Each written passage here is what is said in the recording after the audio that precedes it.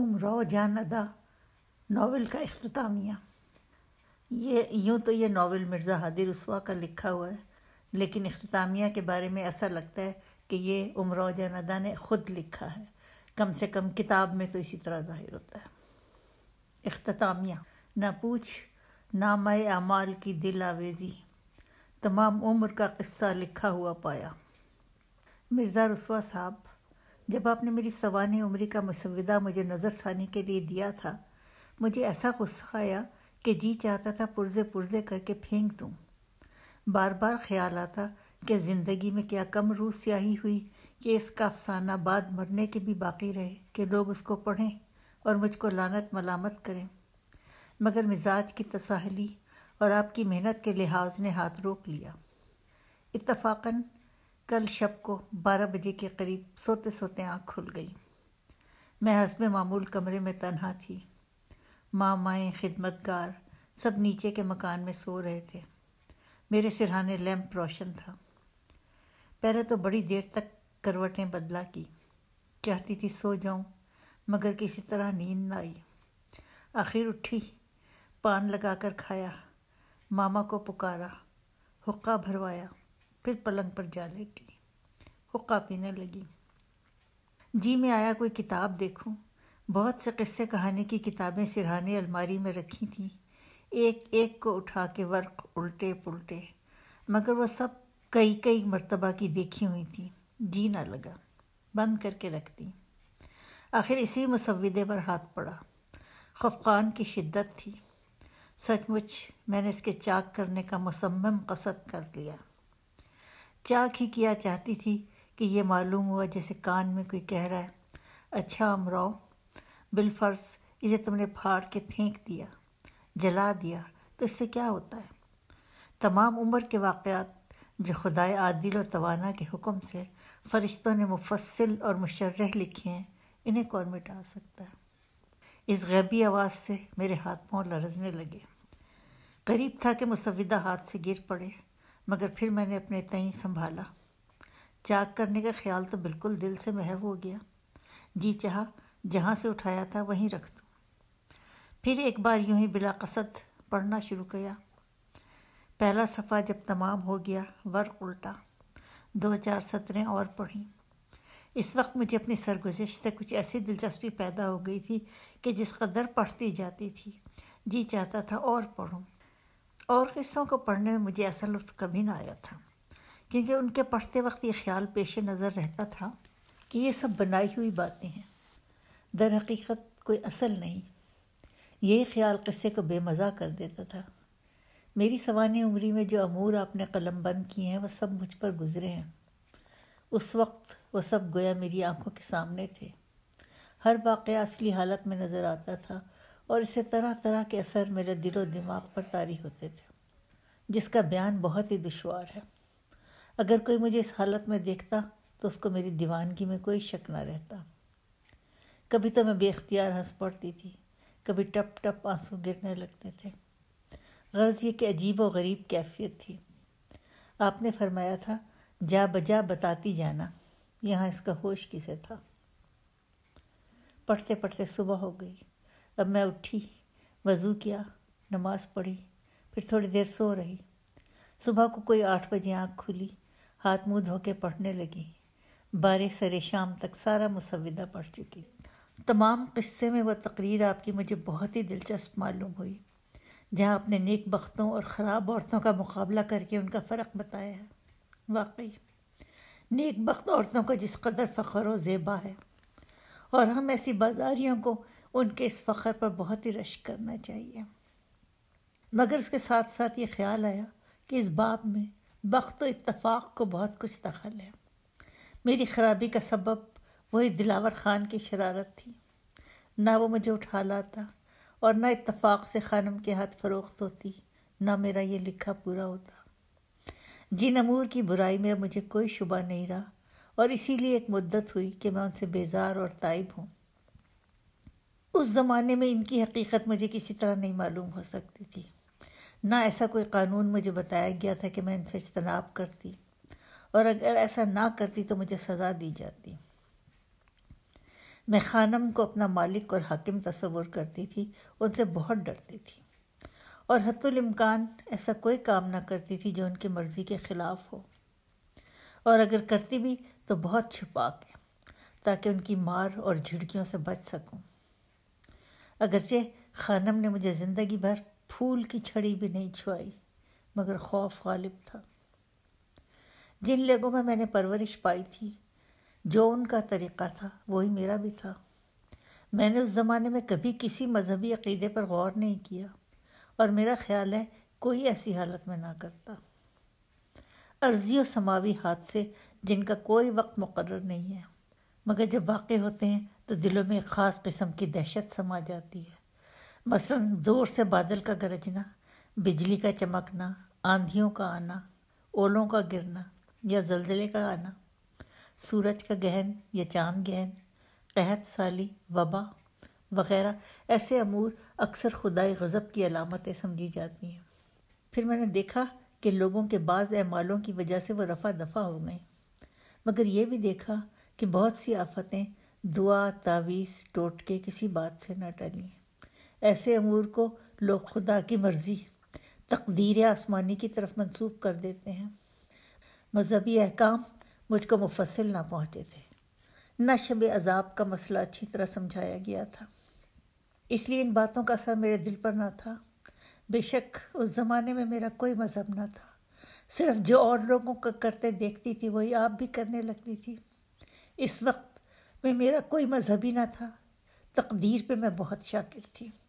جو کام میں کسی کاہلی سے نہ کر سکتی تھی یا میری بے وقوفی سے بگڑ جاتا تھا، جب میرا کوئی مطلب فوت ہو جاتا تھا یا اور کسی وجہ سے مجھے ملال پہنچتا تھا، تو جا بجا فلک کی شکایتیں کیا کرتے تھی۔ ہم بھی ہیں مختار، لیکن اس قدر بے اختیار، جب ہوئے مجبور قسمت کو برا کہنے لگے۔ مولوی صاحب، بوا حسینی اور بڈھے بڈھیاں جب اگلے زمانے کی باتیں کرتے تھے، اس سے معلوم ہوتا تھا وہ اس زمانے سے بہت ہی اچھا تھا۔ اس لیے ان کی طرح میں بھی اس زمانے کی غائبانہ تعریف اور زمانہ موجودہ کی بلا وجہ مذمت کیا کرتی تھی۔ میں کم وقت اس بات کو نہ سمجھی کہ بڈھے بڑھیاں جو اگلے وقتوں کی تعریف کرتے ہیں، اس کا سبب یہ ہے کہ اپنی اپنی جوانی کے دن سب کو بھلے معلوم ہوتے ہیں، اس لیے دنیا بھلی معلوم ہوتی ہے، خود زندہ جہان زندہ، خود مردہ جہان مردہ۔ سن رسیدہ لوگوں کے دیکھا دیکھی جوانوں نے بھی انہی کا وتیرہ اختیار کر لیا ہے، اور چونکہ یہ غلط فہمی ایک مدت سے چلی آتی ہے، اس لیے اب عموماً سب کو اس کی عادت سی ہو گئی ہے۔ جوان ہونے کے بعد میں عیش و آرام میں پڑ گئی تھی۔ اس زمانے میں گا بجا کے مردوں کو رجھانا میرا خاص پیشہ تھا۔ اس میں بمقابلہ اور ساتھ والیوں کے جس قدر کامیابی یا ناکامی مجھ کو ہوتی تھی، وہی میری خوشی اور رنج کا اندازہ تھا۔ میری صورت بنسبت اوروں کے کچھ اچھی نہ تھی، مگر فن موسیقی کی مہارت اور شعر و سخن کی قابلیت کی وجہ سے میں سب سے بڑی چڑھی رہتی تھی۔ اپنی ہم پیشہ عورتوں میں مجھے خاص امتیاز حاصل تھا، مگر اس سے کچھ نقصان بھی ہوا۔ مگر وہ یہ کہ جس قدر میری عزت زیادہ ہوتی گئی، اتنا ہی خودداری کا خیال دل میں پیدا ہوتا گیا۔ جہاں اور رنڈیاں بے باکی سے اپنا مطلب نکال لیتی تھیں، میں منہ دیکھتی رہ جاتی تھی۔ مثلا ان کا یہ عام قاعدہ تھا کہ ہر کس و ناکس سے کسی نہ کسی قسم کی فرمائش ضرور کر دینی چاہیے۔ مجھے اس سے شرم آتی تھی۔ یہ خیال آتا تھا کہ ایسا نہ ہوا انکار کر دے تو خفت ہوگی، اور نہ ہر شخص سے میں بہت جلد بے تکلف ہو جاتی تھی۔ میری اور ساتھ والیوں کے پاس جب کوئی آ کے بیٹھتا تو ان سب کو زیادہ فکر اس کی ہوتی کہ یہ کہاں تک دے سکتا ہے اور ہم کہاں تک اس سے لے سکتے ہیں۔ میرا بہت سا وقت اس شخص کی ذاتی لیاقت، حسن و اخلاق کے اندازہ کرنے میں صرف ہو جاتا تھا۔ مانگنے کی عادت کو میں معیوب سمجھنے لگی تھی۔ اس کے علاوہ اور باتیں بھی مجھ میں رنڈی پنے کی نہ تھیں۔ کوئی مجھے ناک چوٹی گرفتار، کوئی خفقانی، کوئی بے وقوف، کوئی دیوانی سمجھتی تھی، مگر میں نے اپنی کی، کسی کی نہ سنی۔ پھر وہ زمانہ یاد آیا کہ میں رنڈی کے ذلیل پیشے کو عیب سمجھنے لگی اور اسے دستبردار ہو گئی۔ ہر کس و ناکس سے ملنا چھوڑ دیا، صرف ناچ مجرے پر بسر اوقات رہ گئی۔ یہ کسی رئیس نے نوکر رکھ لا تو نوکری کر لی، رفتہ رفتہ یہ بھی ترک کر دیا۔ جب ان افعال سے تائب ہوئی جن کو میں نے اپنے نزدیک برا سمجھ لیا تھا تو اکثر میرے جی میں آیا کہ کسی مرد آدمی کے گھر پڑ جاؤں، لیکن پھر یہ خیال آیا کہ لوگ کیا کہیں گے، آخر رنڈی تھی نا، کفن کا چونگا کیا۔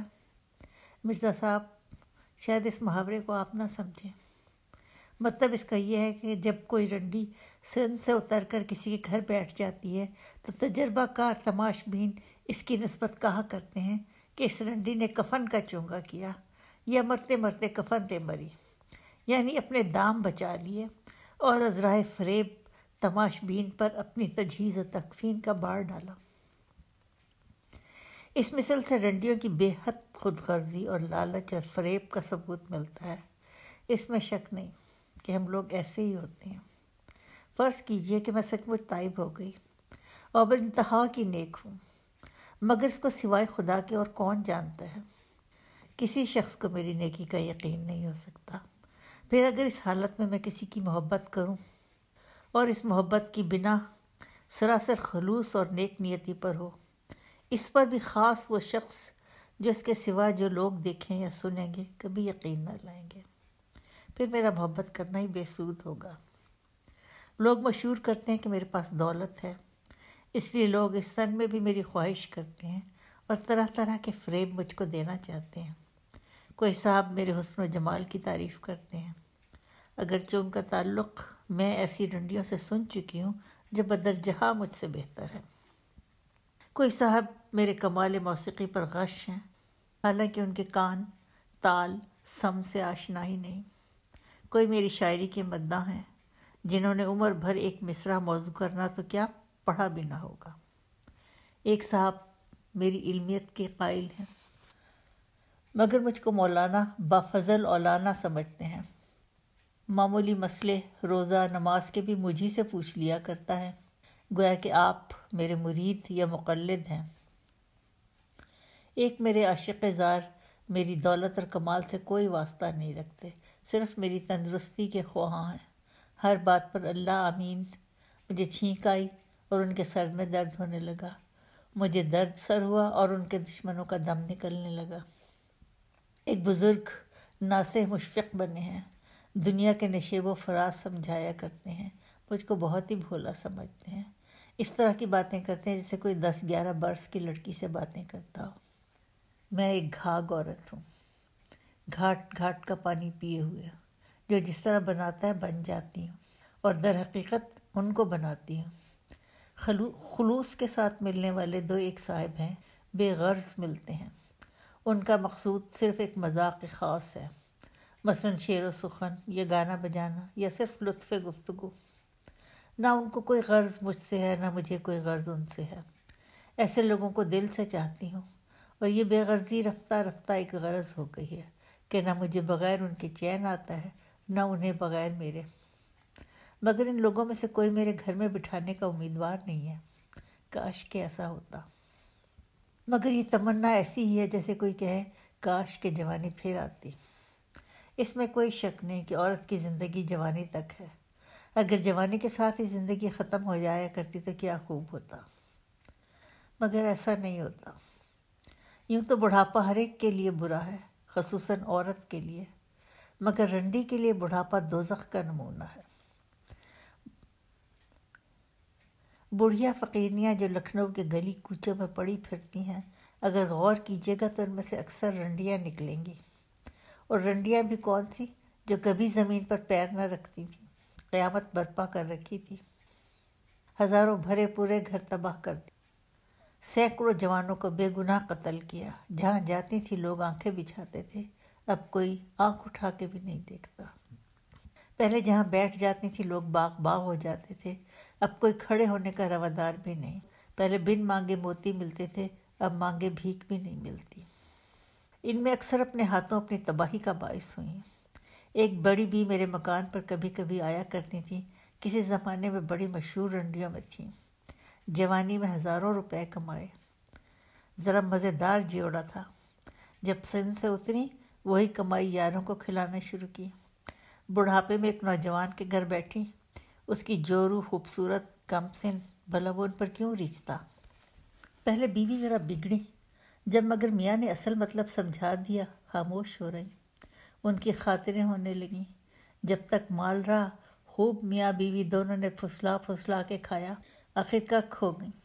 اب کون پوچھتا تھا، نکال باہر کیا، گلیوں کی ٹھوکریں کھاتی پھری۔ بعض بیوقوف رنڈیوں نے کسی لڑکی کو لے کے پالا، اس سے دل لگایا۔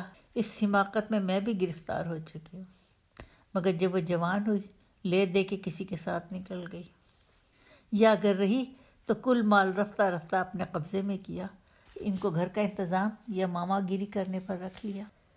آبادی نے مجھے جل دیا ہوتا، مگر وہ تو کہو کہ اس کے کرتوت پہلے ہی کھل گئے، نہیں تو مجھے لوٹ ہی لے جاتی۔ مرد کیا اور عورت کیا، رنڈی کے قوم میں بدکاروں کی زندگی کا اصول ایسا ہی بگڑا بنا ہوا ہے کہ ایک دوسرے سے محبت نہیں ہو سکتی۔ نہ کوئی سمجھدار مرد ہی ان کو دل دے سکتا ہے، کیونکہ سب جانتے ہیں کہ رنڈی کسی کی نہیں ہوتی، اور نہ ہی عورت ایسی محبت کر سکتی ہے۔ نوچیاں اپنے دل میں یہ سمجھتی ہیں کہ کماتے ہم ہیں تو پھر ان کو کیوں دیں۔ اگلے قدردان مرد زوال حسن کے بعد کنارہ کرتے ہیں، یہ اس کی عادی ہوتی ہیں کہ لوگ جھوٹی خوشامد کریں، بھلا آپ کوئی خوشامد کیوں کرنے لگا۔ غرض کے مرد ان سے کنارہ کش اور یہ مردوں کی شاکی رہتی ہیں۔ پہلے پہلے میں بھی اور رنڈیوں کی زبانی مردوں کی بے وفائی کا دکھڑا سن کے وقت ضائع کرتی تھی اور بے سمجھے ان کی ہاں میں ہاں ملا دیتی تھی، مگر باوجود اس کے کہ گوہر مرزا نے جو میرے ساتھ سلوک کیا وہ آپ کو سب کو معلوم ہے، اور نواب صاحب جنہوں نے مجھ پر نکاح کا الزام لگایا تھا اس کو بھی آپ سن چکے ہیں۔ پھر بھی میں مردوں کو بے وفا نہیں کہہ سکتی، اس معاملے میں عورتیں خصوصاً بازار والیاں ان سے کسی طرح کم نہیں۔ محبت کے باب میں مرد، معاف کیجیے، اکثر بیوقوف اور عورتیں بہت ہی چالاک ہوتی ہیں۔ اکثر مرد سچے دل سے اظہار عشق کرتے ہیں اور اکثر عورتیں جھوٹی محبت جتاتی ہیں، اس لیے کہ مرد جس حالت میں اظہار عشق کرتے ہیں وہ حالت ان کی اضطراری ہوتی ہے۔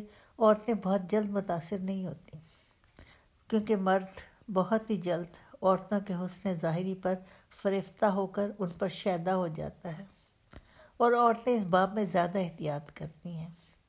اسی لیے مردوں کی محبت کس قدر سریع الزوال اور عورتوں کی محبت اسیر الزوال ہوتی ہے۔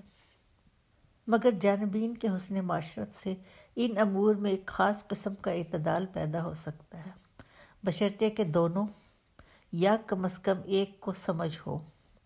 واقعی مرد اس باب میں سریع الاعتقاد ہوتے ہیں اور عورتیں انتہا کی شک۔ مرد پر عورت کا جادو بہت جلد چل جاتا ہے، مگر عورت پر حب کا عمل مشکل سے کارگر ہوتا ہے۔ میرے نزدیک یہ نقص فطرت کی طرف سے ہے، اس لیے کہ عورتیں ضعیف القوا ہیں، اس لیے ان کو بعض وصف ایسے دیے گئے ہیں جن سے یہ کمی پوری ہو جائے۔ من جملہ اوصاف کے ایک وصف یہ بھی ہے، بلکہ میں کہہ سکتی ہوں شاید یہی ایک وصف ہے۔ اس کی مثال جانوروں میں بھی مل سکتی ہے، آخر ضعیف جانوروں میں بھی ہیلا گیری کا مادہ ہے۔ اکثر مرد یہ کہیں گے کہ عورتیں حسین ہوتی ہیں، میں اس کی قائل نہیں۔ در حقیقت نہ مرد ہی بجائے خود حسین ہے نہ عورت، بلکہ ہر ایک کو ایسا حسن عنایت ہوا ہے جو دوسرے کو اچھا معلوم ہو۔ یوں تو مرد عورت جس کا ناک نقشہ اچھا ہوتا ہے سب اسے پسند کرتے ہیں، مگر اصل قدردان مرد کے حسن کی عورت اور عورت کے حسن کا مرد ہے۔ ایک خوبصورت عورت دوسری عورت کے سامنے اس خوش رنگ پھول سے زیادہ نہیں ہے جس میں خوشبو نہ ہو۔ ایک بدصورت مرد بھی خوبصورت سے خوبصورت عورت کی رائے میں خوشبودار پھول کی طرح دل پسند ہے، اگرچہ اس کی شکل اور رنگت میں کوئی ندرت نہ ہو۔ محبت کے باب میں غلطی صرف ایک طرف سے نہیں ہوتی، بلکہ دونوں اس باریکی کو نہیں سمجھتے۔ ان دونوں محبتوں کی اصلیت میں فرق ہے۔ جس نگاہ سے مرد عورتوں کو دیکھتے ہیں اس نگاہ سے عورت مرد کو دیکھتی ہی نہیں۔ عورتوں کی محبت کرنے کا اندازہ اس مرد میں ایک حد تک پایا جاتا ہے جو کسی مالدار عورت کے دامن دولت سے وابستہ ہے یا جس کا سن بہت کم ہے، مگر کوئی سن رسیدہ عورت ان کو کیوں چاہنے لگی؟ اس میں شک نہیں کہ عورتیں جوان مردوں سے بنسبت بوڑھوں کے زیادہ محبت رکھتی ہیں، مگر اس کی وجہ بھی محض حسن و جمال نہیں ہے، بلکہ وجہ یہ ہے کہ عورت ضعیف القوا ہے، اس لیے وہ ہر حالت میں اپنے حمایتی کو بہت دوست رکھتی ہے، تاکہ وقت ضرورت اس کو خطرے سے بچا سکے۔ بس جوان سے بنسبت بوڑھے کی اس سے زیادہ توقع ہو سکتی ہے، اور حسن و جمال اس خوبی کے ساتھ مل کر اس کے وصف کو رونق دے دیتا ہے۔ خلاصہ یہ ہے کہ مرد کی محبت میں صرف لذت حاصل کرنا مقصود ہے، اور عورت کی محبت میں الم سے محفوظ رہنا اور لذت حاصل کرنا دونوں غرضیں شامل ہیں۔ کہ یہ مشہور ہے کہ محبت بے غرض ہونا چاہیے، اور عورت کی محبت میں اس کا زیادہ لگاؤ ہے، لہٰذا وہ اس کے چھپانے کی کوشش کرتی ہے۔ شاید کوئی یہ کہے جو امور میں نے اس موقع پر بیان کیے ہیں وہ اس میں اکثر باتوں کا امتیاز نہ مردوں کو ہوتا ہے نہ عورتوں کا، تو میں اسے تسلیم کروں گی اور یہ کہوں گی کہ یہ باتیں اصل فطرت ہیں۔ مرد عورت کے خمیر میں داخل ہیں، ضروری نہیں ہے کہ انہیں اس کا شعور بھی ہو۔ میں نے عمر بھر کے تجربے کے بعد یہ امور دریافت کیے ہیں، اور میرے ساتھ جو شخص اس پر غور کرے گا وہ اسے سمجھ سکتا ہے۔ میں دیکھتی ہوں کہ اکثر عورتیں اور ناخواندہ مرد بھی ایسی باتوں پر غور نہیں کرتے، اس لیے ان کو اپنے زمانے زندگی میں بہت سی بک بک جھک جھک کرنا پڑتی ہے۔ میرے خیال میں مرد و عورت دونوں اپنے اپنے رتبے اور اغراض کو سمجھ لیں تو ان میں ہرگز ملال نہ ہو، بہت سی آفتیں ٹل جائیں اور بہت سی دقتیں دور ہو جائیں، مگر ایک مشکل ہے۔ جب کسی کی فہمائش کی جائے تو اکثر یہی جواب ملتا ہے، وہ جی جو تقدیر میں ہوگا ہو کے رہے گا۔ اس کا یہ مطلب ہے ہم جو چاہیں کریں، ہمیں نہ روکو، ہمارے لیے کچھ نہیں ہوتا، یعنی ہماری بدکاریوں کا کوئی نتیجہ نہیں ہے، جو کچھ ہوگا تقدیر سے ہوگا، یعنی جو نتیجہ نکلے گا وہ معاذ اللہ خدا کی طرف سے ہوگا۔ یہ لغو گفتگو اگلے زمانے میں کس قدر بامانی بھی تھی، کیونکہ اس زمانے میں اتفاق سے گھڑی بھر میں کچھ کا کچھ ہو جایا کرتا تھا۔ اس پر مجھے شاہی زمانے کی ایک نقل یاد آتی ہے۔ زمانہ شاہی میں انقلاب کا ثبوت اکثر ملتا رہتا تھا، لوگوں کی حالتوں میں دفعتاً تغیر ہو جاتا تھا۔ ایک دن کا ذکر، ایک سپاہی نہایت شکستہ حال موتی محل کے پھاٹک کے پاس چبوترے پر پڑا سو رہا تھا۔ قضائے کار نماز صبح کے بعد بادشاہ ٹہلتے ہوئے ادھر آ نکلے۔ اتفاقاً اس وقت کوئی ساتھ نہ تھا۔ معلوم نہیں کیا جی میں آیا، آپ نے اسے جگا دیا۔ وہ سپاہی یوں ہی نیند سے آنکھیں ملتا ہوا اٹھا، جہاں پناہ پر نگاہ پڑی پہلے تو گھبرا گیا، پھر ایک ہی مرتبہ سنبھل کے اپنی حالت کو دیکھا، فوراً تلوار نظر کی۔ بادشاہ نے نظر قبول کی، زنگ آلودہ تلوار تھی، میان سے بدقت نکلی، پھر دیکھ بھال کر اس تلوار کی تعریف کی اور میان میں کر کے اپنی کمر میں لگائی۔ خود جو ولایتی باندھے ہوئے تھے، جس کا طلائی قبضہ تھا، ماں کا مربند مرصع کے اس کے حوالے کی۔ اس موقع پر حضور عالم خطاب علی نقی خان وزیر اول آ گئے۔ جہاں پناہ نے اس جوان اور اس کی تلوار کی تعریف کی۔ بادشاہ: دیکھنا بھائی، کیا سجیلا جوان ہے، اور تلوار بھی اس کے پاس کیا ہی عمدہ تھی، کمر سے نکال کر یہ دیکھو۔ وزیر: قبلہ عالم، سبحان اللہ، مگر حضور سا جوہر شناس اور قدردان بھی تو ہو جب ایسے لوگ اور ایسی چیز دستیاب ہوتی ہے۔ بادشاہ: مگر دیکھنا بھائی، میری تلوار کچھ ایسی بدزیب نہیں ہے۔ وزیر: ذل سبحانی کی تلوار اور بدزیب؟ بادشاہ: مگر لباس اس کے مناسب نہیں۔ اس اثنا میں مصاحب، ملازم، شاہی چوبدار، خاص بردار آ گئے، اچھا خاصا مجمع ہو گیا۔ وزیر: درست ارشاد ہوا۔ بادشاہ: اچھا ہمارے کپڑے تو اسے پہنا کر دیکھے جائیں۔ اس کے اشارے پاتے ہی لوگ دوڑے، لباس کی کشتیاں ہاتھوں ہاتھ آ گئیں۔ بادشاہ نے ملبوس خاص جو اس وقت پہنے ہوئے تھے، ماں مالائے مروارید اور جوڑی نورتن مرزا، اسے عنایت کی۔ آپ اور کپڑے زیب تن کیے۔ جب وہ کپڑے پہن چکا، بادشاہ: ہاں اب دیکھو۔ وزیر: واقعی صورت ہی اور ہو گئی۔ مصاحبین اور ہزار بھی تعریف کرنے لگے۔ بادشاہ تھوڑی دیر یہاں ٹھہرے، اب سواری آ گئی تھی، سوار ہو کے ہوا کھانے چلے گئے۔ سپاہی خوش خوش گھر آیا۔ جوہری، مہاجن، دلال گویا ساتھ ہی لگے ہوئے تھے، اسباب آنکا گیا، سب 50-60 ہزار روپے کی مالیت تھی۔ سپاہی کا حال سنیے۔ کہیں نجیبوں کی پلٹن میں 3 روپے کا اسم تھا۔ رات کو گھر میں کھانے پر بیوی سے تکرار ہوئی، آپ خفا ہو کے گھر سے نکل گئے۔ رات بھر خدا جانے کہاں مارے مارے پھرے، صبح ہوتے موتی محل کے پاس تھک کے بیٹھ گئے، نیند آ گئی۔ صبح کو طالب دار نے جگایا تو ایک کرشمہ نظر آیا، دم بھر میں محتاج نے غنی کر دیا۔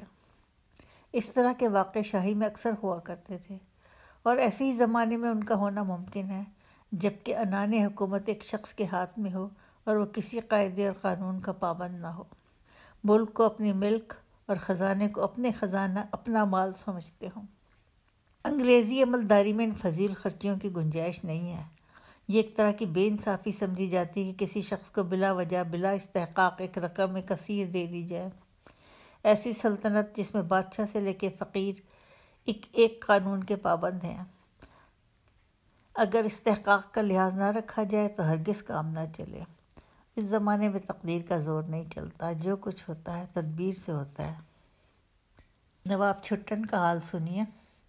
اثنائے سوانح عمری میں ان کا بقیہ ذکر فرد گزاشت ہو گیا۔ در حقیقت آپ دریا میں ڈوبنے گئے تھے، اس ارادے سے غوطہ لگایا کہ اب نہ ابھریں گے، مگر جان بہت پیاری چیز ہوتی ہے۔ جب تک پانی کے نیچے رہے دم گھبرانے لگا، جی میں آیا اب کی ابھر کر پھر سانس لے لیں، پھر ابھرے، پانی کی سطح پر آ کر بلا مقصد ہاتھ پاؤں چلنے لگے، پھر مرنے کو جی چاہ، پھر غوطہ مارا، پھر وہی حال ہوا۔ اس طرح کئی غوطے لگائے مگر ڈوبتے نہ بن پڑا۔ آخر اسی کوشش میں بہتے بہاتے 76 منزل تک پہنچ گئے۔ اتفاقاً اس وقت مرزا ولی عہد بہادر مرحوم ماں اپنے چند مصاحبوں کے بجرے پر سوار ہو کر سیر کو نکلے تھے۔ ان کی نظر جو پڑی سمجھے کوئی شخص ڈوب رہا ہے۔ ملاحوں کو حکم دیا جلدی نکالو۔ انہوں نے اپنا آپ چھڑانے کی بہت کوشش کی، وہ لوگ سمجھتے تھے گھبرا گئے ہیں، آخر زبردستی کنارے پر لے آئے۔ مرزا ولی عہد نے اپنے سامنے طلب کیا، احوال پرسی کے بعد معلوم ہوا رئیس سادے ہیں، کپڑے مرہمت کیے، ہمراہ کوٹھی میں لیے چلے گئے۔ چھٹن صاحب ایک تو خوشرو جوان، دوسرے ادب قاعدے سے واقف، علم مجلس سے آگاہ، کسی قدر خواندہ بھی تھے، طبیعت میں مذاق بھی تھا، غرضے کے ہر طرح شہزادے کی صحبت کے لائق تھے۔ فوراً مصاحبوں میں اسم ہو گیا، بیش قرار مشاہرہ مقرر ہوا، اخراجات ضروری کے کچھ مد پیشگی میں مل گیا۔ نوکر چاکر سواری سب سرکار سے مرحمت ہوا۔